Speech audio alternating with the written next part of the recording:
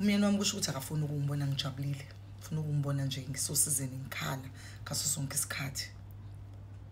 Kusho umngani wethu, sanibonani ke ubungewele Ndlovukazi. Ngiza nendaba wena uzanani nendlebe. This is stressful for me and for umngani wethu. Umngani wethu uthi enene ufile ngathi manje uzoze az admit esibhedlela because she's getting depressed.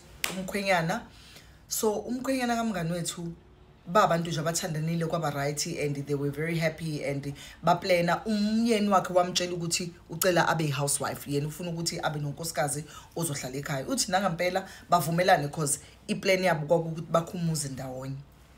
Hayi ke uthi iqhubeka impilo, abe pregnant, bashadile ba right, abe pregnant, abe nengane yokuqala, abe nengane yesibili. Uthi bese bethenga iplot la bezokwakha khona. Nje impilo iyaqhubeka, yonke into ihamba kahle, no problems whatsoever. Umyeni akacheat, akahluphi nje, akahluphi ngalutho. Uthi umngani wethu la konakala khona sisibongiwe la esebona khona ukuthi ene uzogula ekhanda manje lento yam stress yamhlangisa and manje ubona ukuthi akaxoxele thina ukuze sikwazi ukuthi simnike usizo. Uthi le ndoda lena la bethole khona iplot bakhumuzi wabo, their dream home, nje stunning beautiful house, bahlale. Uthe suka lapho indoda yabiqonywa, yaqonywa. Makeze ukuthi hayi indoda iqonyiwe, uyezwa ngabo makhelwane ukuthi hayi no siyambona uyapepeneka, upepeneka nengintomazana, only to find out ukuthi umngani wethu sondelana intombazane yakamakhelwane next door. Like uthi umngani wethu ujumpa ifence weqa nje ucingo ngale kocingo ikwalo ntombazane.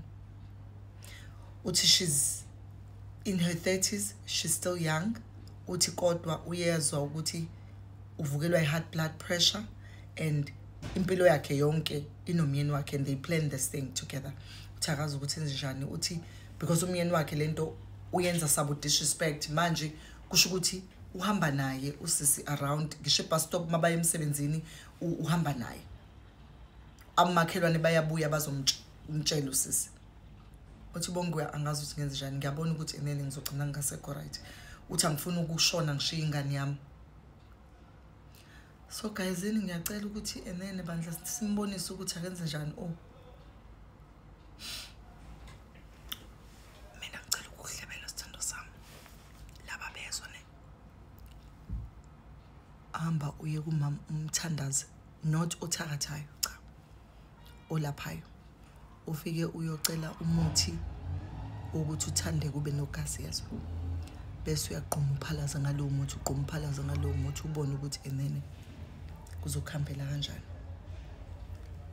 If not, okunye ke uzobusutshelwa abangani bethu ukuthi bona ke esimene esinjalo benze njani. Kodwa mina ngithi awuzama ukuya kohlola uyobheka. Kwaphela amantombazana athala namadodeni asebenzisa nemithi. So ngithamba ubheka nje ukuthi angamshaya ngani namadoda ayathanda ukufaka abantu besifazane ezinkingeni. Unkosikazi wakho hayi usibari wethu naye uyabheda. Angifuni ungasho.